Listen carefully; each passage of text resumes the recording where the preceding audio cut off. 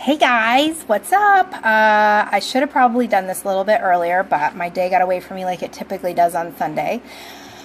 And I just got my workout done, testing out T25. It's going to kick my ass. But that's not why I'm here. Why I'm here is I wanted to talk to you a little bit today to get you ready for tomorrow. Are you excited? I know I am. About meal prepping and about some measurement stuff, Beachbody Challenge, and your before photos. So, I'm going to post a video or a photo in a minute to kind of give you an idea of what you should be measuring. But the scale's great, but in my experience, the scale doesn't always give you a full picture of how your body's changed over the last month.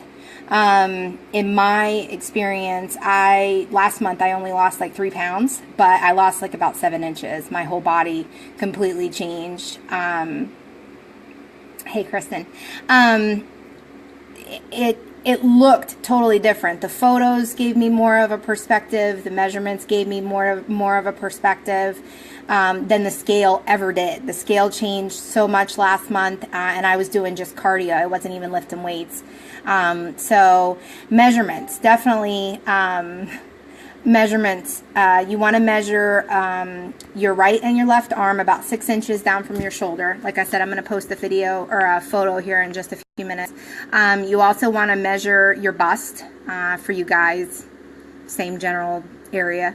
But for women, don't squish yourself. You want to be it wants to be a true measurement, or you can ask somebody to help you out with that. You also want to measure your waist, which is where your belly button is. You can also measure the smallest part of your waist. The belly button is kind of just a marker, for lack of a better term, of where to measure. But you can also measure the smallest part where your waist kind of jets in if you have that area, or you can just do the center. Just make sure that you note to yourself where you measure each time, and that way it's consistent across the board. You also want to measure your thighs, typically 6 inches above the knee. I always measure from the tip of my thumb to the tip of my middle finger, from your patella. If you don't know what that is, it's your kneecap. So if you touch your kneecap with your thumb and then you measure the distance from your finger fully stretched out to the tip of your middle finger on your thigh, it's a good marker. It's just a good reference. It'll always be pretty much close to the same range every time. Measure there for your thighs, and you want to do both sides, so left and right. You can measure your calves. You can do the same thing. Instead of going up, you can go down with the same measurements with your fingers. And then some people like to measure completely around the top portion of their body, like with your arms down, they go around shoulder to shoulder. And definitely get your hips, so that's the widest part around your butt. Make sure that your legs are together. So those are the basic places to measure typically. Like I said, I'm going to post a photo that kind of will go over that again. And you should, if you ordered a challenge pack, 21 Day Fix or any of those, typically there is a spot in the book where you can write down your measurements. You can make a copy of that, or in the back office, or Beachbody On Demand, I believe, they have where you can print that off. If not, if you guys are looking for it, I can add it to the files. Just let me know and you can print it off and keep track, or just write it in your journal. It's pretty simple. All right, so measurements. So then, once you've done that, you want to definitely take a before photo. That should be in your book too. So there should be a photo of your front half. Preferably in not really skin tight, but shows your body. If you don't want to share them, feel free, but at least keep them for yourself. If you're comfortable in a tight tank top and shorts, so be it. If you're comfortable in a bathing suit, so be it. But take a picture that's really going to show your body and how it's going to change over the next month, because I'm telling you right now, photos say so much more than the scale ever will. So you want to take one of obviously your front half, your side half, and then from your back side. And then your after photos, you're going to want to take the same pictures. So in the same lighting, just make sure your lighting's good. You have a basic background, white wall, you know, have somebody take it for you, beg, plead, whatever you got to do, or just set your phone up on a timer and do it. I know people like to do bathroom selfies. I wouldn't suggest it. I would suggest getting a whole body, not just necessarily your belly. Like I said, you don't have to share them in the group. Stick them in your back pocket, but at least you have them to see how far you've come, or how far you will go. I guess we haven't gotten to the end yet. Anyway, so then when you do your after photos, you can really take a good look at how much you've changed. And you might only lose 2 pounds, but your body might smooth out. I was pretty shocked this last round at how less dimply my legs were. I didn't really lose a whole hell of a lot, but I smoothed out, which was really nice. I was pleasantly surprised, you know. So we start to learn that even though it's not on the scale, we all have victories, and those will show you.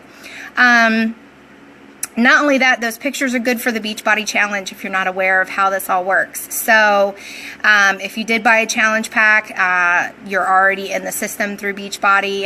All you have to do is work on your profile, and when you're done with this challenge, you can upload your photos, if you so choose, to the Beachbody Challenge, and you're in the running to win money.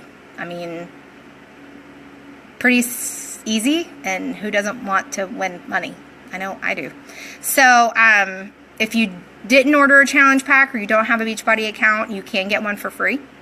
But the Beachbody Challenge typically are for the Beachbody Challenge packs. And you get a free t-shirt or socks for size. They're cool. Or if you're doing 22-minute hardcore, you get a nifty little challenge coin, which you can't get anywhere else, which is kind of badass. So if you have any other questions about that, feel free to ask. And we can help you. Sometimes to navigate that website can be kind of tricky if you're new at it, so don't hesitate to ask questions. There are no dumb questions. Okay, so now that we got all that out of the way, the next thing we're going to talk about is meal prep. Meal prepping. Everybody hates meal prepping, am I right? So I'm going to make it really simple. Really simple. You ready? Okay, so eggs. Most people like eggs. Boil them. Boil them up. Stick them in your refrigerator. They're a quick and easy snack to grab in a pinch instead of running for potato chips out of the pantry. Rice. Rice is a staple. Rice is a good complex carb to have on hand that you can really add with any meat. It's a quick carb. It's not, and I know most people are like, oh, I want to do low carbs. Well, if you've already done your numbers, you're already going to be minimized on your carbs as it is. So what you're doing is you're eating good carbs, and they're the good carbs that provide you the good sugars for your body that your body needs to run for energy. Carbs are our energy. They are our friend, but you have to eat the right ones. So take a look at that list, and rice, brown rice preferably. Make enough to stash in your refrigerator for the week.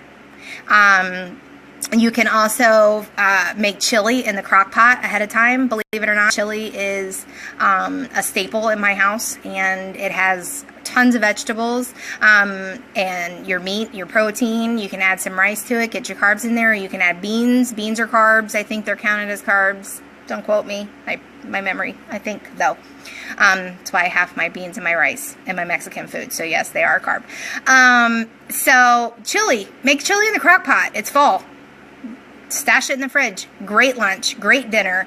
I also thaw out some ground turkey, and normally I get some vegetables and throw them all in a pan. I saute them up, and they're in the fridge ready to go. So all I have to do is measure out the ground turkey, measure out the vegetables, measure out the rice, throw it all in a bowl, nuke it in the microwave, and I'm done.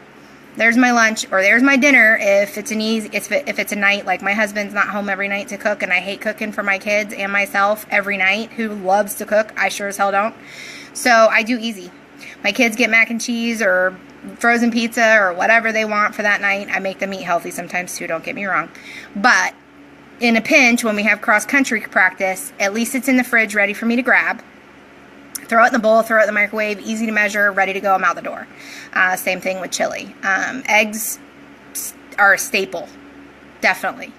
I'm trying to think. It's easier also if you get your veggies and your fruits already cut up and ready to go ahead of time. So like say you have a pineapple on your counter.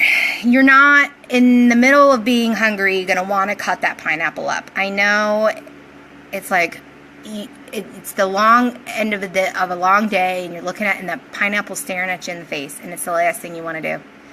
Cut it up in advance, stick it in the fridge. It's easier to measure if it's already cut up. You think of food prepping as in putting in containers and ready for the whole entire week. I don't do that. I do simple. You know, you cut up tiny bits, and you know, if you want to cut up apples in advance, cut up apples in advance. You know, have your grapes all washed and ready to go. I mean, this is simple. This isn't, oh my God, I have to make 800 meals and stick them in Tupperware containers and stash them. Food prep is key. You know, for the whole week, I have to make, you know, perfect edible meals so I don't go hungry. No. Just a few simple things. You know, I eat almost the same thing every day. All right. I have my avocado. I have my egg. I have my English muffin. That's my breakfast sandwich with some sauteed spinach. And I'm quick out the door. You know, you'll get into a habit once you get this kind of perfected, and you'll start. But Sundays are typically food prep day. You know, if you have broccoli in your fridge, cut it up, because if it's on a stalk, you're not going to want to grab it. I guarantee.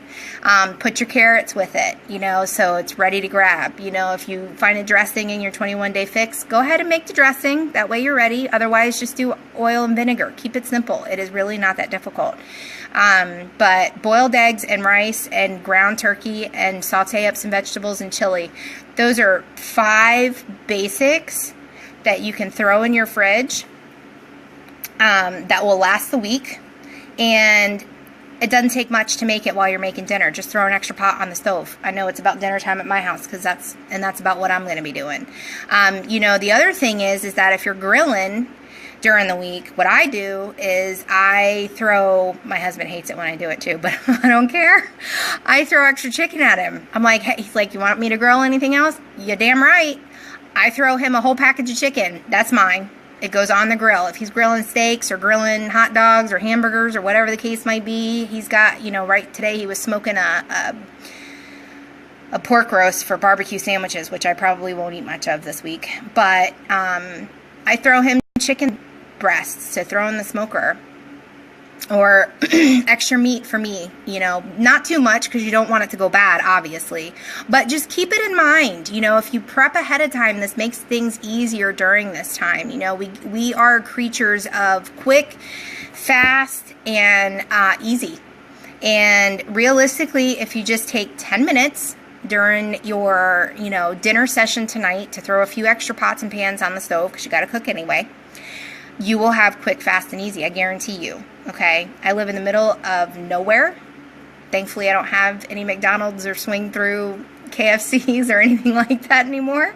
So I've learned. And after practice and practice and practice, you get it to the point where you get it to be a habit. It's just like this lifestyle. It's just like anything else. It's just like working out for 30 days. Eventually, you get to the point where you're like, oh, it's Sunday. I got to boil my eggs. I got to make some rice. I got to, you know, and it becomes a habit. And then it becomes a hell of a lot easier. But taking the first step and doing it the first time is key.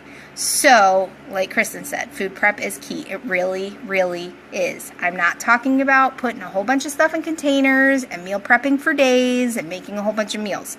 Simple. This big. If I can do it, I promise you can too.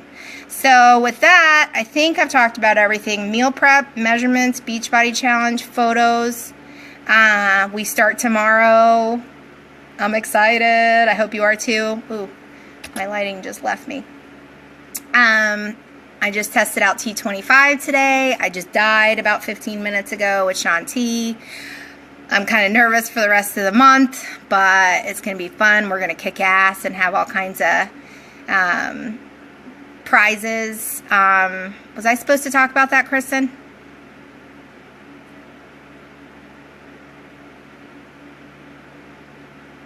Kristen?